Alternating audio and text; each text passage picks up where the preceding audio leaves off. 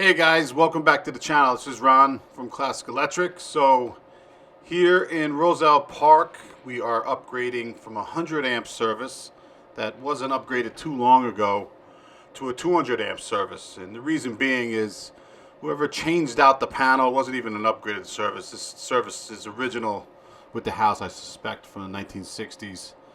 Just based on what the meter enclosure looks like and the condition of the wiring, you'll see later.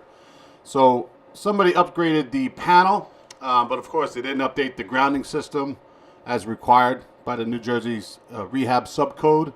And so the guy's adding wiring down in his basement, which I'll show you in another video. And then we have to, we're going to be doing a mini split system as well. So the 20 circuit panel was filled with twins that weren't rated for twin breakers. So we are upgrading to 200 amps. So that he has the capacity to finish his basement and add this mini split air conditioning system to his electrical system. So that's what this video is about. Any questions, of course, always leave them down in the comments. I appreciate that. And let's get into the rest of this video. Thanks for watching. Okay, so before I get too far ahead of myself here, the first thing you want to do when you're upgrading a service is kill the load. So what that means essentially is to go down to wherever the panel is and turn off each of the individual circuit breakers, including the main breaker, before pulling the meter from the enclosure. And then the last step in this process is to actually cut out the service. Certain parts of these United States, you have to have your utility company come out to do that work. Here in New Jersey, our labor agreement with the PSEG utility company and the JCP&L utility company, our license and our permit allows us to cut out the service drop and then reattach the service drop after the work has been complete. Not like that in all parts of the country. So check with your utility company if you want to do this yourself. And of course, if you have a license, you know how to go about that. So I just wanted to point that out in that video because it's pretty important. So the trouble with this service here is the vinyl siding was put up and they put this J channel around the old electrical service. So what I need to do is I need to cut those straps out right on the conduit itself. And I'm using the Milwaukee oscillating tool with a carbon bit on it so I can cut the strap. So when I attach the screws of the meter and of the riser conduit up above, this will just come out of the house. And then what I plan to do is to put the PVC right back in its spot, a little bit more on the surface because it's a little bit wider. The conduit's a little bigger than this existing 100 amp. I think we're going from 1.25 to 2 inch.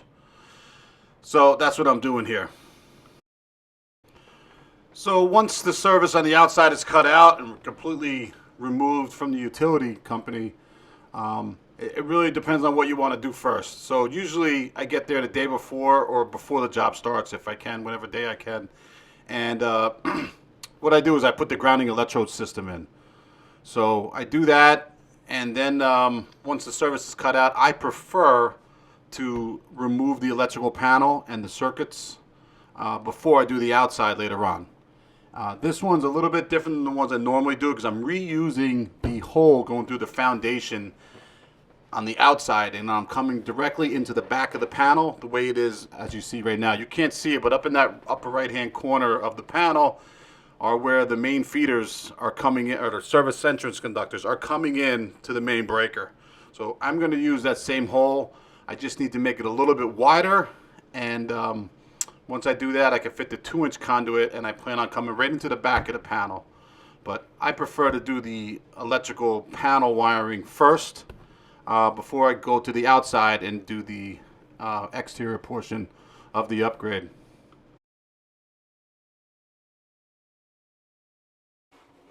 So this portion of the service upgrade is quite time consuming while I remove the circuits from the panel. Then of course I need to remove the panel and the circuit breakers. Then I need to take down that old plywood mounting board, and then I need to remove the old conduit that goes between the panel board here and the meter on the outside. So this is cinder block. This house, I said, was built around 1970 or so. And so over time, the cinder block gets gets damp and it becomes weak. And so it's really easy to knock the old piece of conduit out. But this one gave me a hard time. Maybe like 10 or 15 minutes I was done. So I'll take a big sledgehammer and I'll start banging that out of there. And I'll come back with a drill to make the hole bigger to fit the 2-inch PVC between the meter and the new panel.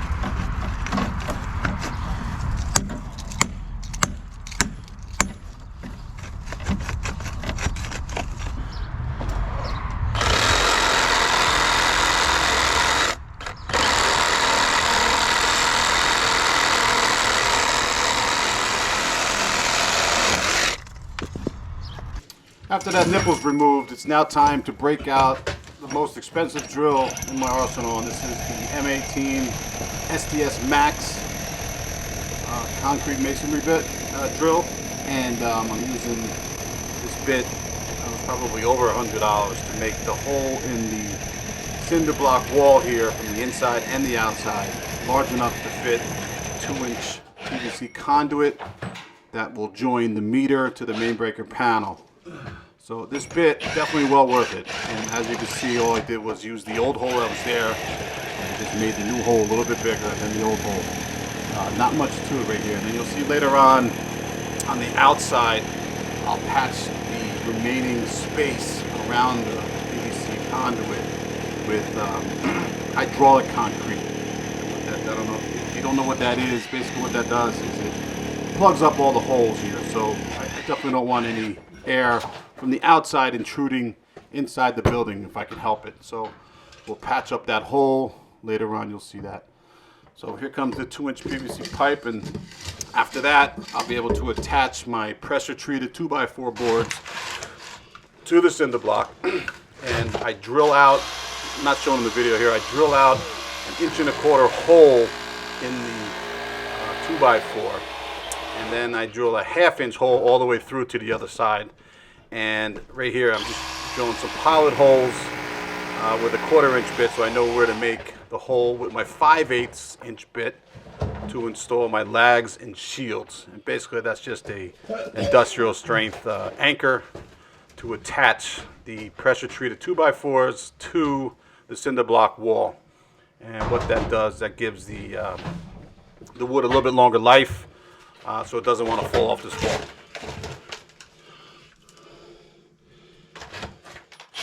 Here I'm just using a 1/4 inch masonry bit for some pilot holes, so I know where to drill for my lags and shields.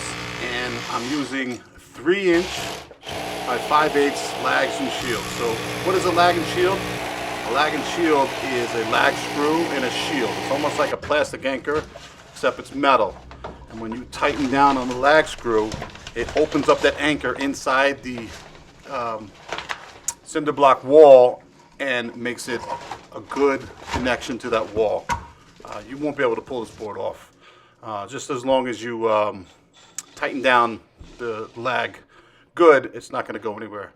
Then once I'm done with attaching these 2x4s to the wall, I'm ready to mark out for my plywood and drill a hole saw through the plywood before finally mounting the 200 amp main breaker panel to the plywood.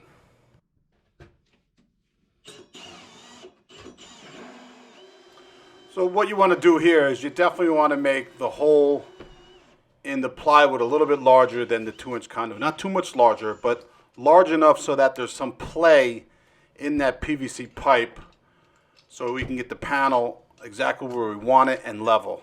If there's no room for play there, then you're better than me if you can do that, because I like to make the hole a little bit bigger, but I want to make sure that the panel enclosure, the main breaker panel, covers up that hole entirely so you don't see it at all. So the power coming from the meter inside the panel, you don't even see that conduit. It's behind this plywood. It's attached to the wall. You don't see it. You just see the results of the electricity from the panel. So that's what we call, it looks like a connector, but that's really called a 2-inch male adapter. Okay, now I put glue on that and I just tap it in place and I leave it free there until I attach the panel to the board. What I'm doing here is I'm knocking out the 2-inch eccentric knockout in the panel. And that can be difficult if you don't do that all the time. So I wish I had taken more time to show you more detail in this, but basically what we do is we take out a couple of the smaller rings first, and then we very gradually take out the other rings so we don't take out too many rings and make the hole too big. I hope that makes sense. And right when I get to the size that I want, I use my side cutters here, open it up and cut it out before finally using the lineman pliers to remove it from the enclosure.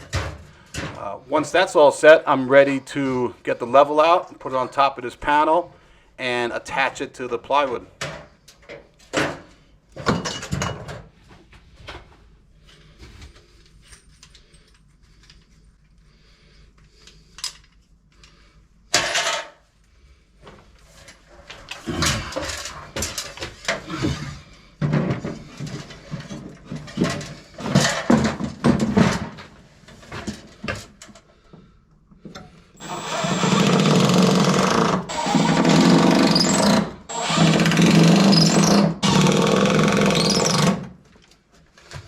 I'm at the point now where I'm able to figure out how my individual circuits are going to go inside this panel and make sure we install them in a neat, workmanlike manner. And this process takes anywhere from 2 to 3 hours or more. But do a nice job, it's worth it. The main bonding jumper is that green screw you see me attaching to the enclosure now. What this does is it mechanically bonds the grounded system neutral to the grounding electrode system inside the home. The reason for doing this is to provide a path back to the source, which is most likely the transformer either out on the pole or out on a pad on your front lawn or one of your neighbor's front lawn, is to provide a path for fault current to flow to facilitate the circuit breakers that are seeing a fault condition. That is the purpose of the main bonding jumper, to bridge the system neutral with the grounding electrode system and provide a equipment grounding conductor for each of the individual branch circuits. If you have any questions about this, please leave them in the comments. This is a very important subject. Should you decide you want to upgrade the system by yourself and you're not exactly sure, I want you to be clear on when to install the main bonding jumper and when to remove it. If you have any questions, please leave them down in the comments. When terminating your branch circuit neutral conductors, each of these neutral conductors must be underneath their own terminals. So you're not allowed to double them up under the same terminals for the neutral wires. For the bare equipment grounding conductors, as long as they're the same size copper or aluminum. So as you can see in the video, I had a lot of branch circuits that were a little short. So once you're inside the main breaker enclosure, you can extend them legally with wire nuts or, like I used here, Wagos.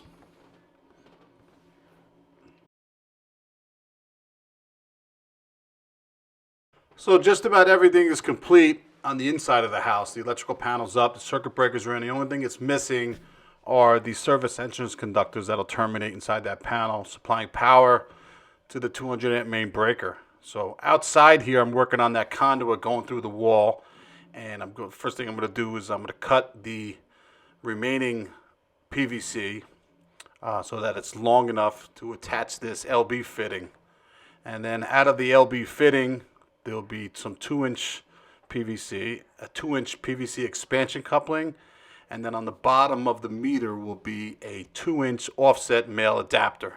Unfortunately, some of this footage didn't come out very well, and none of the stuff was shown. You can see this angle I have here, so this is what we'll have to do. So I have the LB attached, and I have the expansion coupling attached here. And now I'm going to attach the 200 amp meter directly to the house through the siding, and eventually to the old siding behind the vinyl siding.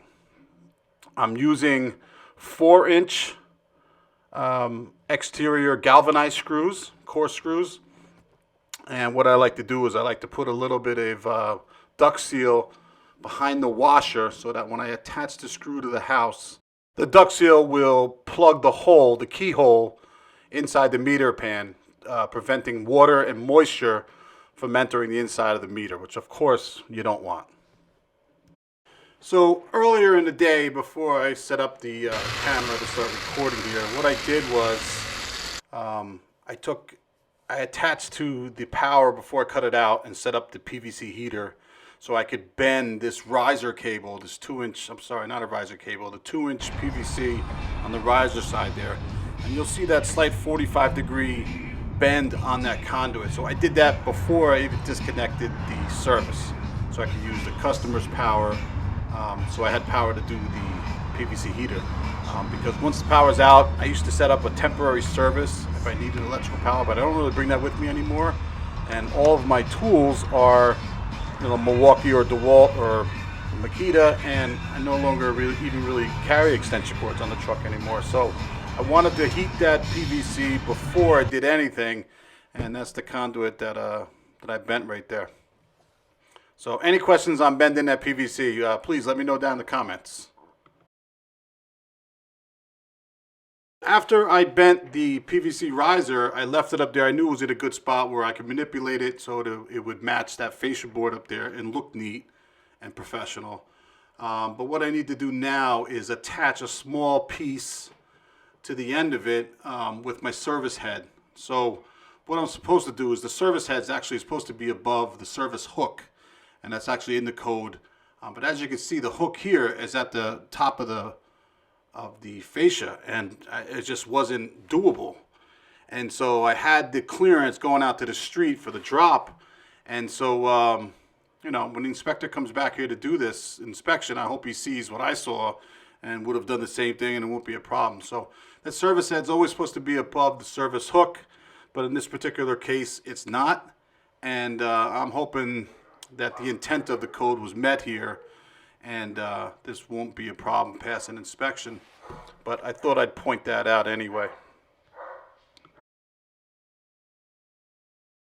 Another thing I was always taught to do, so I have to identify this grounded neutral conductor from the utility here for their connection. So the code's not specific on what it says, it just says it has to be identified. So I always like to wrap the conductor completely with the white tape. This way there is no doubt which one the neutral is. So when I just see one piece of tape around it, to me, that's not really meeting the code, in my opinion. But it passes all the time. So here I am, 200 amp meter with a 5th jaw, and that 5th jaw is for public service and electric and gas here in central New Jersey, and I believe they're out in Long Island now too. So what they like to do is monitor the neutral current that's being used. Why they need to do that, I'm not sure, but that's kind of unique for this area right here. So being that this is in a front yard, there really is no height requirement for the meter since it's not subject to physical damage in this area. There's that house next door also has a driveway, but it's to the left side, furthest away from that side of the house that you can see in the video here. So when setting this meter enclosure, I wanted to cover up the old one. They used to have the J channel around it, so it would look nice and neat. I don't really like this appearance with the J channel, but there's nothing I could do as an electrician. I'm not a siding guy, and it probably cost too much to replace all that siding before I did the service upgrade. So there's nothing wrong with it. It just probably doesn't look as good as it could, but that's a siding thing, not an electrical thing. So I'm okay with this installation. So once the meter is all done here, I'm going to go back up the ladder here and tie in the service, and I'm going to use butt splice connectors big enough for 2-aught copper, and that's exactly what I do here. So I attach the ground first, and then I attach each of the hots individually, and the line side of the meter will be energized once I'm done here.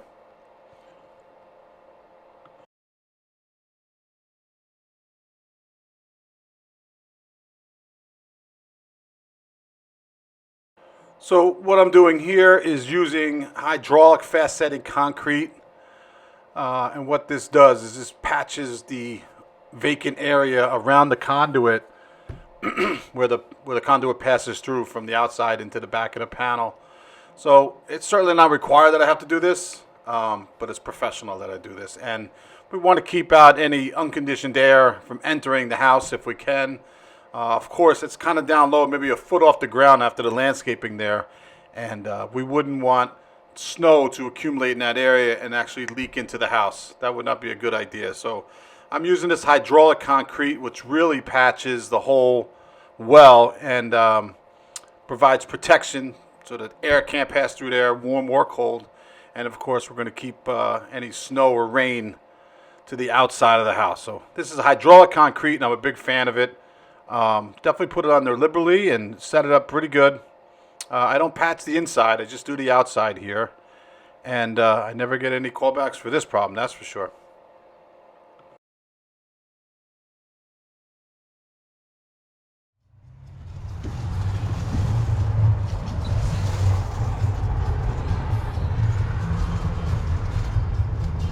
It's right here. This is the neutral wire right here. All right. Sorry guys, I somehow must have not turned the camera on, or the battery went dead when I terminated these wires inside the main breaker there from the outside. But the power's been restored now, and I'll just turn on these individual circuit breakers one at a time. And the last thing I got to do there is clean up, and then of course I'm going to go back one day to identify each of the circuits. So one of the things I told this customer I would do was put a light in there for him. And this is a Satco LED wraparound light with a built-in occupancy sensor, and you'll see more on that later on when the wire's all set up.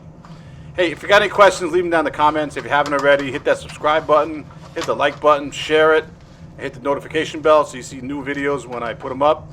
And thanks again for subscribing to this channel and watching these videos, guys. Take care.